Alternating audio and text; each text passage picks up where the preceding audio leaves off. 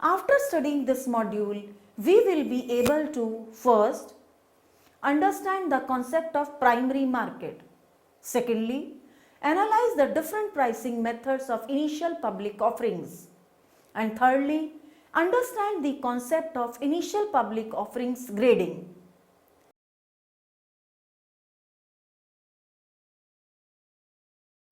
We shall commence this module by studying about the meaning of securities market. Securities market are a very important segment of the financial market. They provide the financial resources needed for the long-term and sustainable development of the different sectors of the economy. The securities market is divided into two segments, the primary market and secondary market. In primary market, shares of companies are sold from companies to the investors. In the secondary market, the shares are sold from one investor to other investors. The primary market is also called the new issues market, is of vital importance in the economy of a country, as it leads to better utilization of otherwise inactive or dormant savings in the economy. Thus, in case of primary market, transaction takes place between companies and investors, whereas in secondary market, transactions take place among investors. The primary market, though distinct from the secondary market in many ways, but has an important relationship with the secondary market also. The shares which are sold in primary market are subsequently traded in the secondary market. It is therefore very important that the price at which shares are sold in the primary market should not be significantly different from the prices at which they are traded in the secondary market, at least for some period of time after their listing on secondary markets. In case the prices in the two markets are significantly different, it indicates that pricing of securities have not been correctly done. If the prices in the secondary market are quoted significantly below their prices in the primary market, the investor of primary market loses confidence and may refrain from further dealing in the primary market. The role of the primary market is to mobilize and sustain capital funds in the economy in the long run. For this to happen, it is most important that incentives be maintained in the right way. The maximum incentive must be for the long run, somewhat less for the short run, and the least in the immediate context, which is post-listing. In this module, we have an emphasis on primary market only.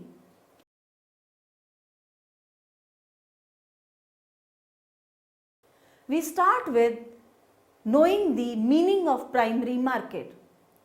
Our primary market, or one can say particularly our initial public offerings market, that is IPO, has gone through a prolonged sluggish phase, especially the 2014, which has witnessed the lowest amount of money raised in a decade.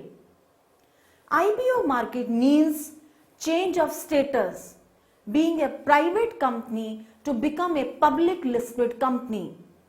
The IPO company raise money from the investor to achieve their objectives. Sometimes a company has good project, but they do not have enough funds to execute that project.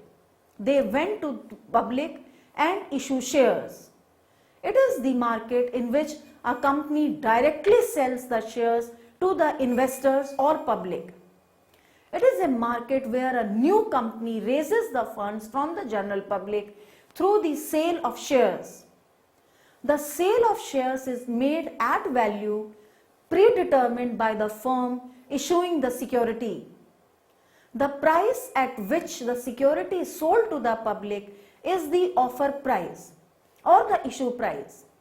The issue price could be equal to or greater or lesser than the face value. If issue price is greater than face value, the share prices are said to be sold at a premium. If issue price is less than face value, the shares are said to be sold at discount. If issue price is equal to face value, the shares are said to be sold at par value. The shares which are issued in primary market have a face value. The face value represents the denomination of the shares. For example, face value of 1000 or 500 or 10 or 1000. The main role of primary market is to mobilize and sustain capital funds in the economy in the long run. Therefore, it is important that incentive given to the investor be maintained in the right way. The maximum incentive is for the investor who invests for long term, somewhat less for the short run, and least for the investor who invests for immediate context, that is the listing, gains or losses. Now we are moving to the methods of raising finance in the primary market. But before we discuss the main methods of raising finance from the primary market, there is always a question why companies go for public issue. Let us first understand the different methods of raising finance and the requirements why the companies go to the public to raise finance.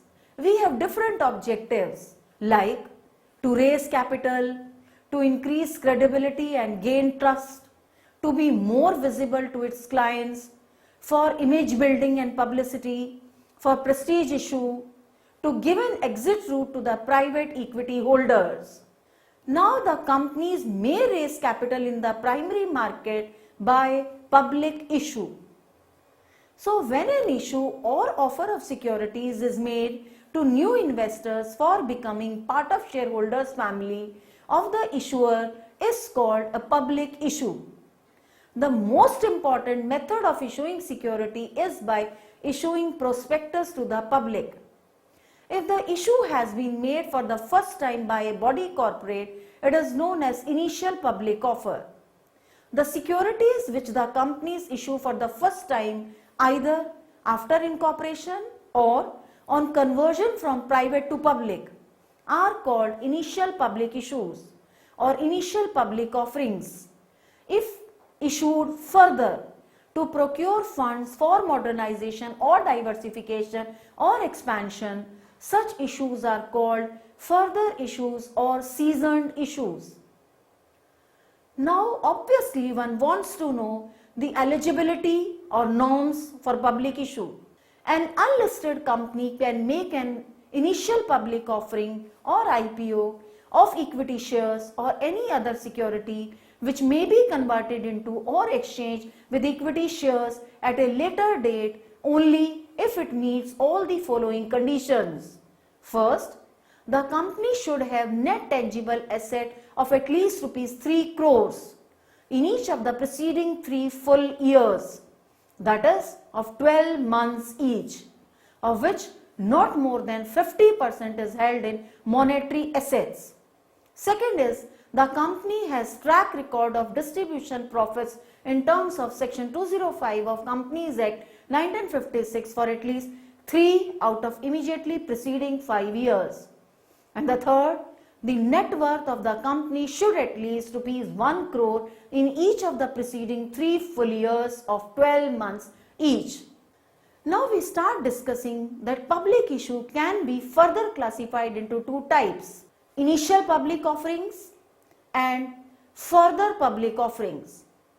We start with initial public offerings. Initial public offerings market means change of status being a private company to become a public listed entity. The IPO company raise money from the investor to achieve their objectives. Sometimes a company has good project but they do not have enough funds to execute that project. They go to the public and get the issued shares. The most important method of issuing security is by issuing prospectus to the public.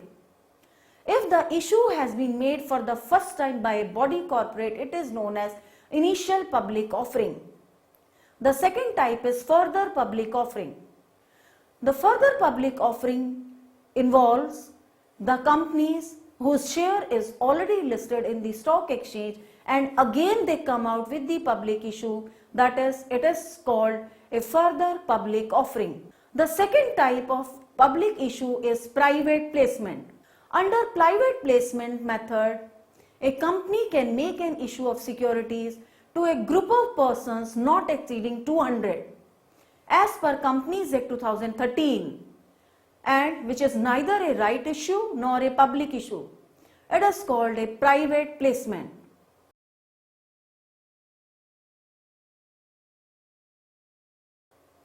Now we are going to discuss about the pricing methods of initial public offerings. The pricing plays a very important role in determining the success of an issue. The issue of pricing of initial public offering can be studied by taking two regimes separately. That is, pre-liberalization, that was governed by the Controller of Capital Issues era, that is before 1991.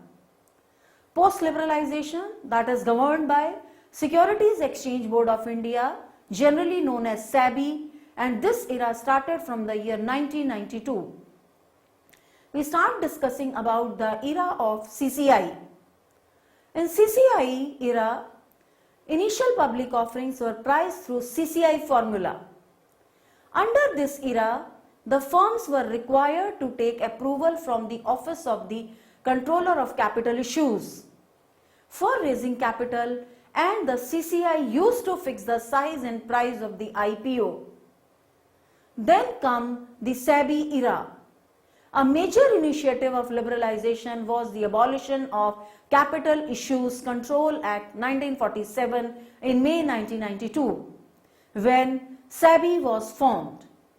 In SEBI era, many reforms have took place, and book building was one of the reform which changed the pricing method of IPOs. This concept has been originated under the chairmanship of Y.H. Belgaum in 1995. The two periods can be studied from the point of view of different pricing methods. Now we are going to discuss different pricing methods of IPO. The first method is fixed price method.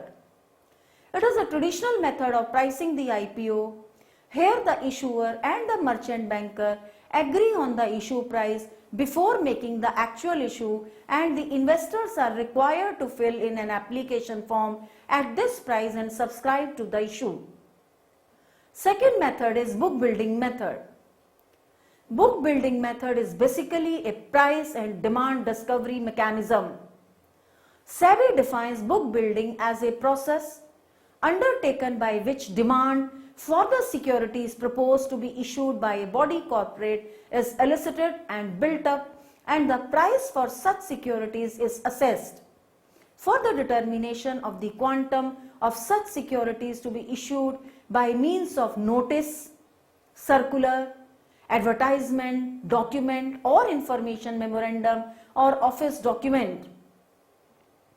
Book building is a process wherein the issue of securities and the issuer of security determine the requirements of the investors, and the investors are asked to give or bid for this particular securities or other securities at different prices.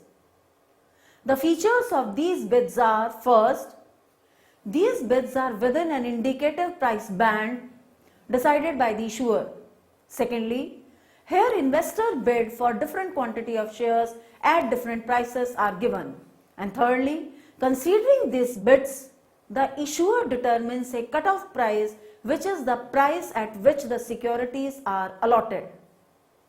The advantages of book building process are: first, to issuer, the issuer get the best possible price for its securities as perceived by the market of investors. It is advantageous for investors also. The investors too have a choice and flexibility in terms of having a say in pricing and a greater certainty of being allotted what they demand. Now here we also want to know types of investors. According to book building process, there are three classes of investors that can bid for shares. First is retail individual investors. The investor can apply up to rupees 2 lakh in the retail individual investor category. They have an allocation of 35% of shares of the total issue size in book building IPOs. Second category of investor is high net worth individuals. Individual investors, NRIs, companies, trusts, etc. who bid for more than rupees 2 lakh are known as high net worth individuals. They have an allocation of 15% of shares of the total issue size in book build IPOs. Third type of investors are qualified institutional buyers. Financial institutions, banks, financial international institutions and mutual funds who are registered with SEBI are called qualified international buyers. Qualified international buyers have an allocation of 50% of shares of the total issue size in book build IPOs. Then we also should know what is underwriter of debentures or who does underwriting of debentures. First of all, we should know the meaning of underwriting. Underwriting is an agreement entered into by a company with a financial agency in order to ensure that the public will subscribe for the entire issue of shares or debentures made by the company. This financial agency is known as underwriter, and it agrees to buy that part of company issues which are not subscribed by the public in consideration of a specified underwriting commission. Underwriters get their commission irrespective of whether they have to buy a single security or not. If an issuer is not able to get subscription, the underwriter should come forward to subscribe the entire issuings. Then we have the second type of underwriting is hard underwriting. Hard underwriting is applicable when an underwriter agrees to buy his commitment at its earlier stage. The underwriter guarantees a fixed amount to the issuer from the issue. Thus, in case the shares are not subscribed by the investor, the issue is devolved on underwriters and they have to bring in the amount by subscribing to the shares. We have soft underwriting also. Soft underwriting is when an underwriter agrees to buy the shares at later stages. As soon as the pricing process is complex and complete, he then immediately places those shares with institutional players. The shares are first offered to the public. The underwriter comes into picture only if the subscription is less than 90%.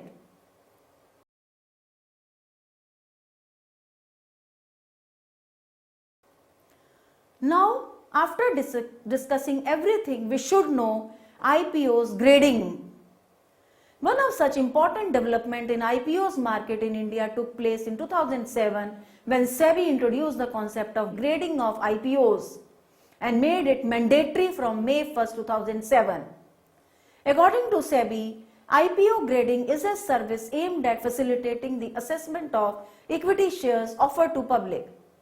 However, IPO grading is not a substitute for investor judgment and it is not a buy or sell recommendation.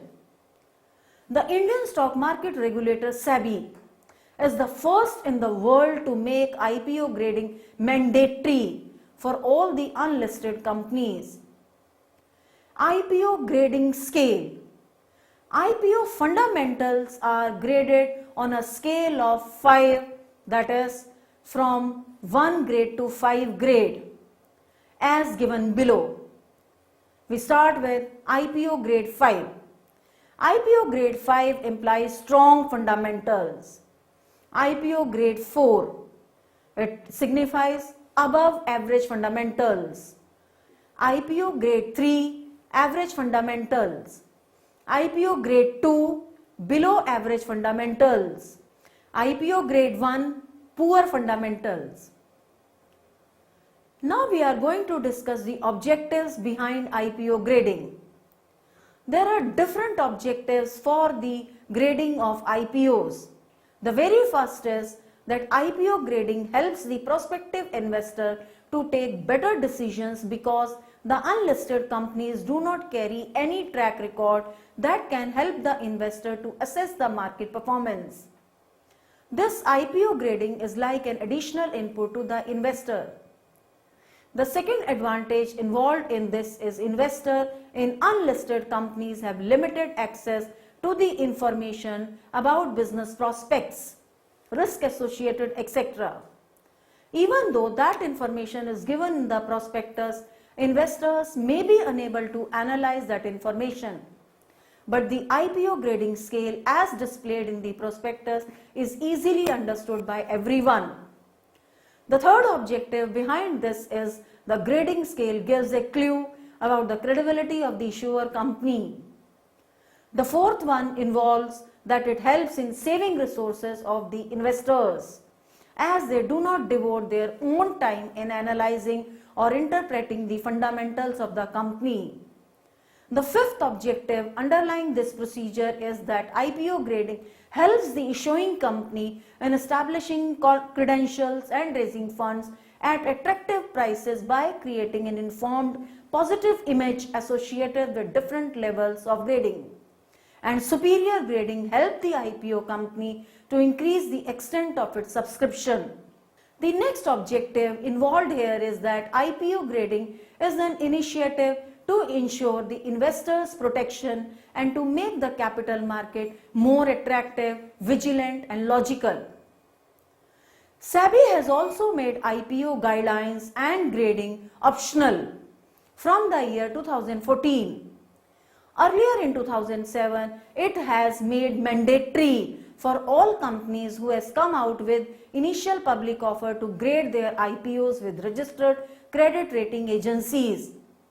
But now this process is optional. Then we have certain new reforms in IPO market. First, SEBI has made compulsory for all companies with post-issue capital of less than rupees 4,000 crore to sell 25% stake or stocks worth rupees 400 crore, whichever is lesser to the public.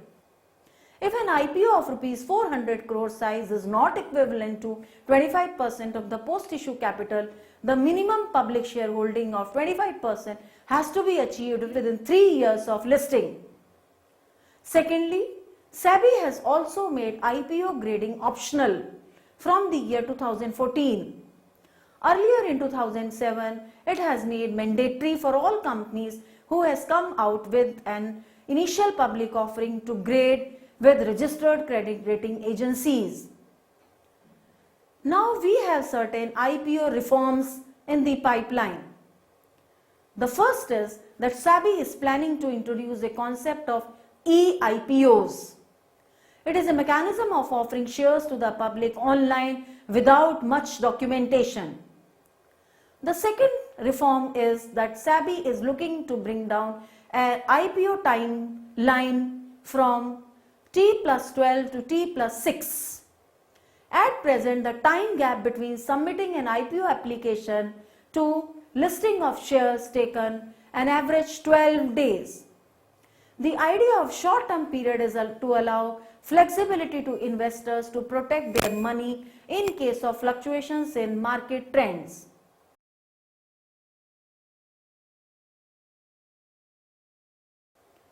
Now we are going to make a summary of what we have discussed so far.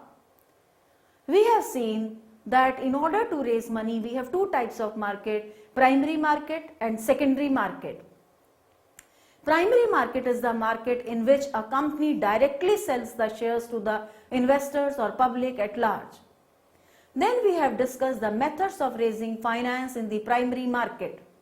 The first and the foremost common method is public offerings, where an offer of securities is made to the new investors for becoming a part of shareholders family of the company is called public offerings or first time or initial public offerings.